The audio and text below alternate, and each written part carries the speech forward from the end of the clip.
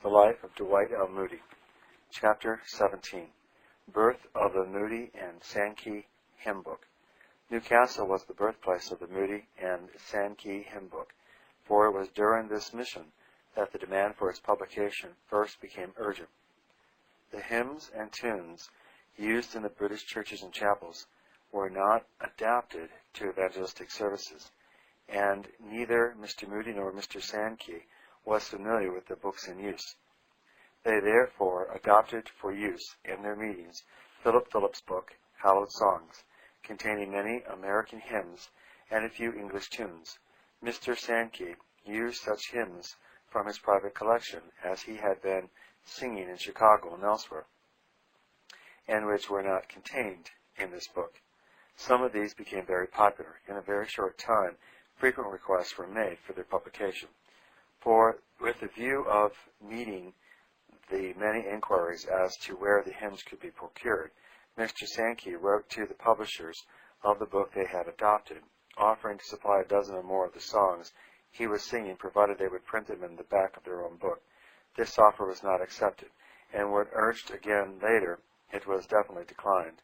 As the request for the publication of the hymns continued, Mr. Moody determined to publish the hymns on his own responsibility and arranged with Messrs. Morgan and Scott to issue a pamphlet of 16 pages, personally guaranteeing the cost of the plates. This collection of hymns was known as Sacred Songs and Solos, and sold at large quantities at 6 pence a copy. For several months it was used in the services as a solo book in connection with the larger book originally adopted.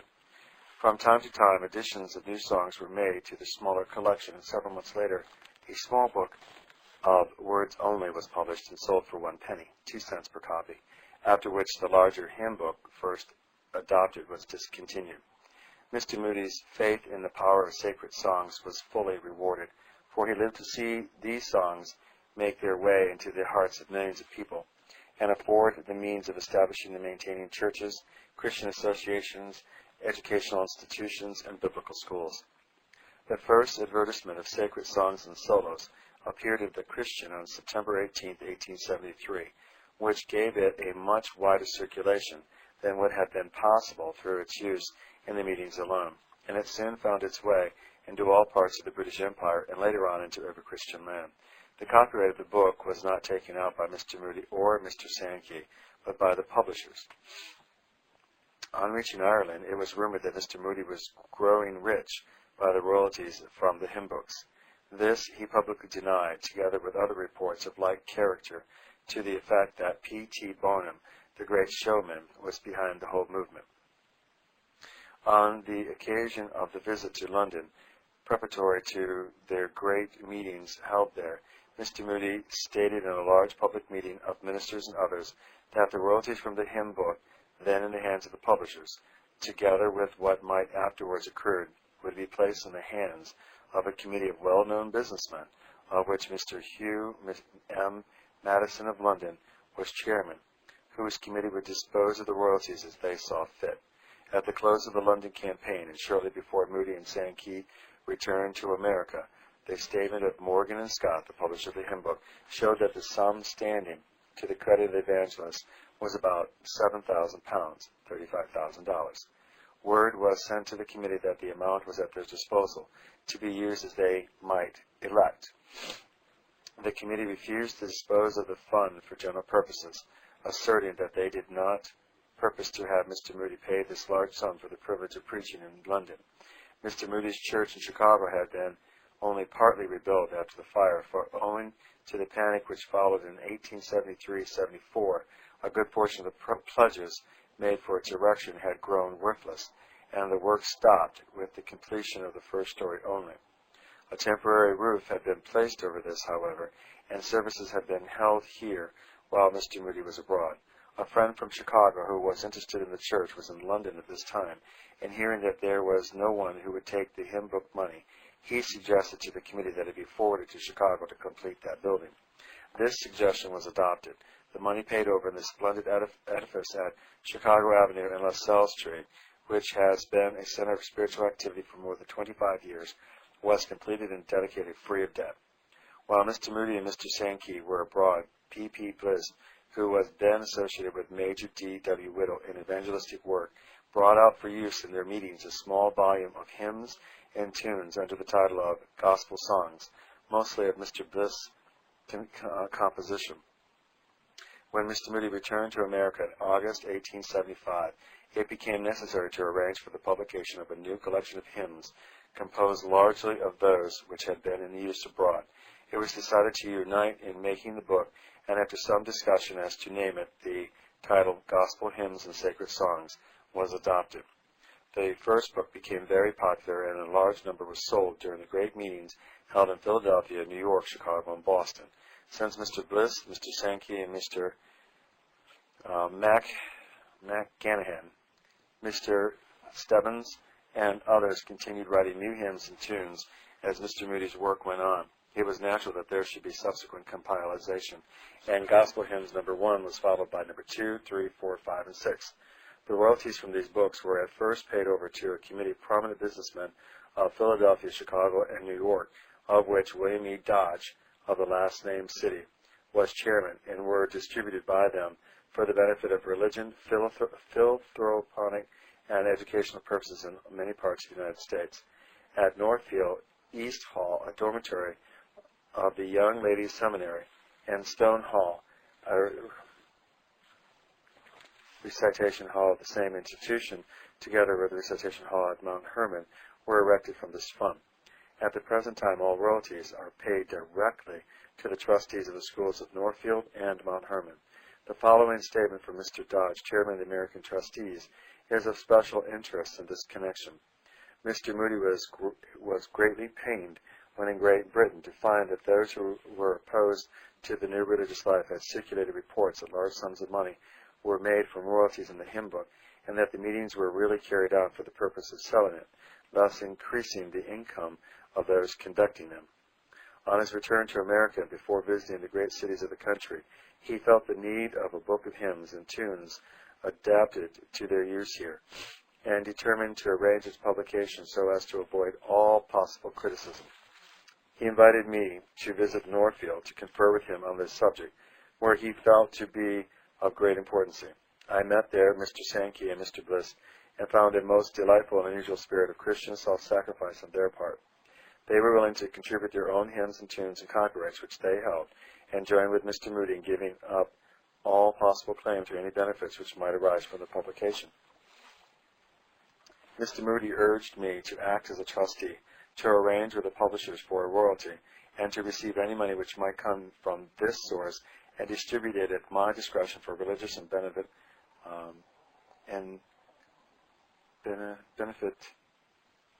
benevolence purposes.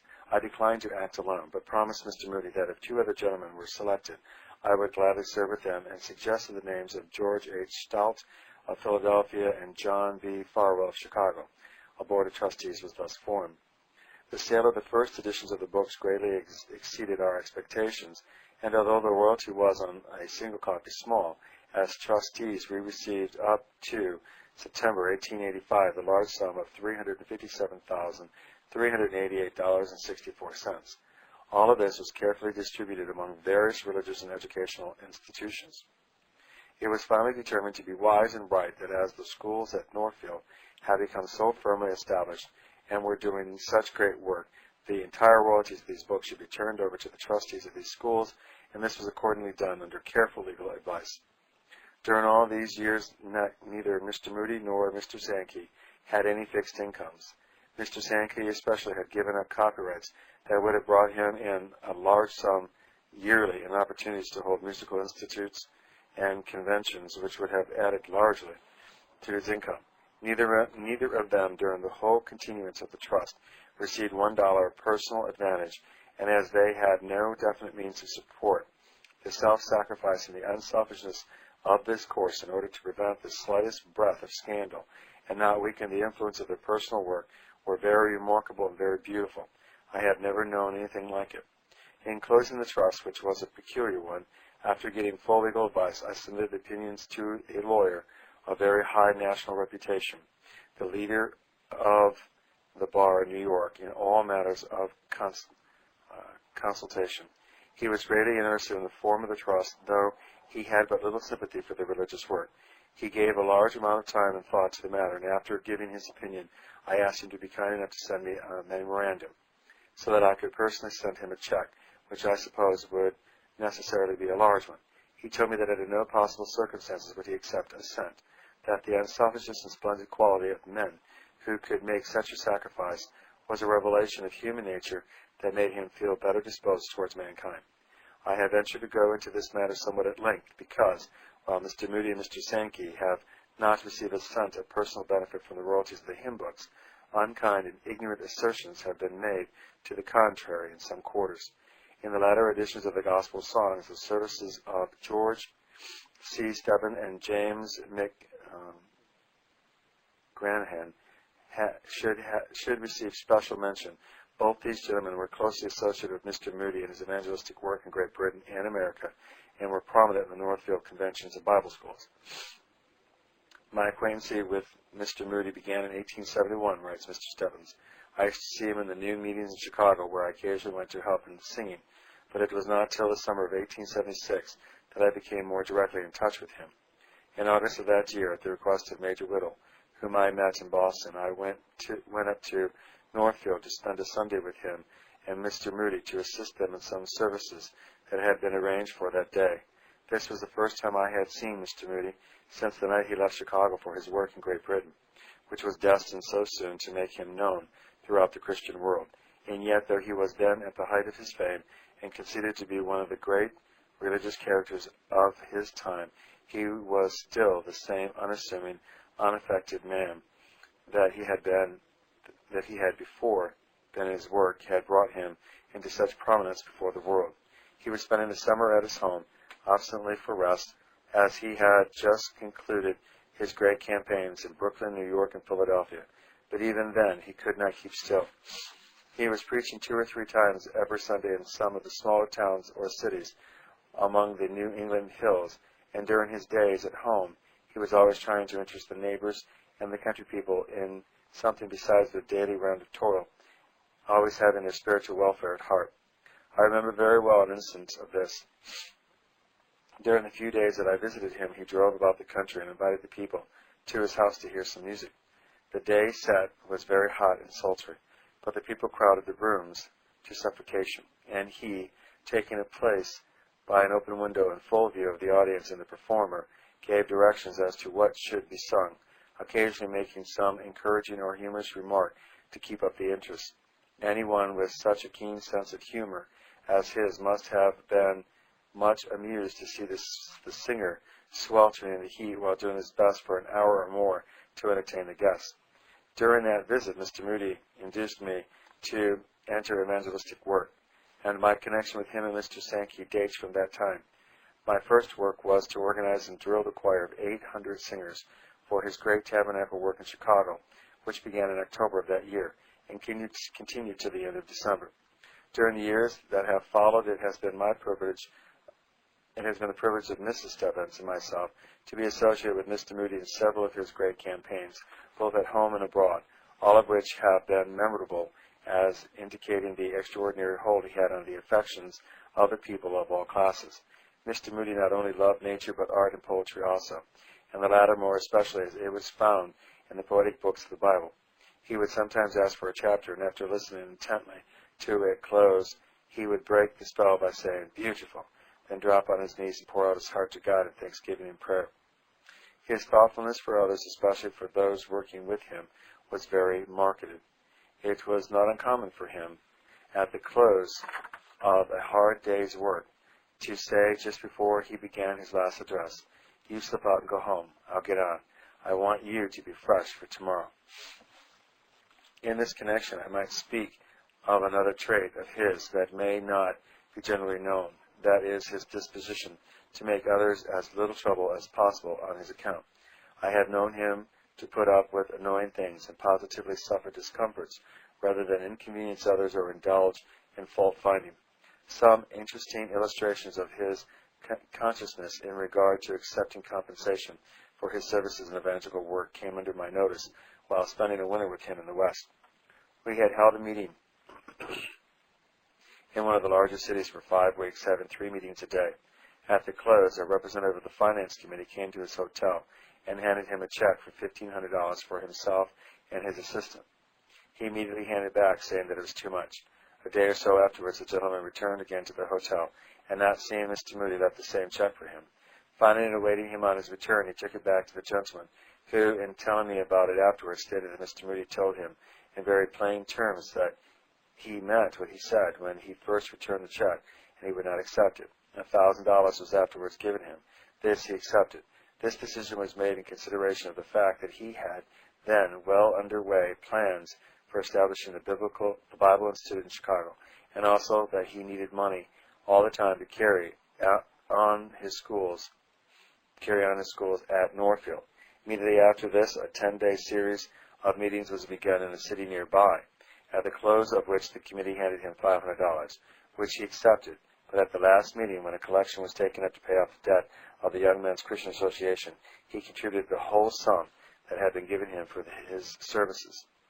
The last time we hear Mr. Moody preach was at the church in Northfield in September 1899, and the first Sabbath after the opening of the seminary.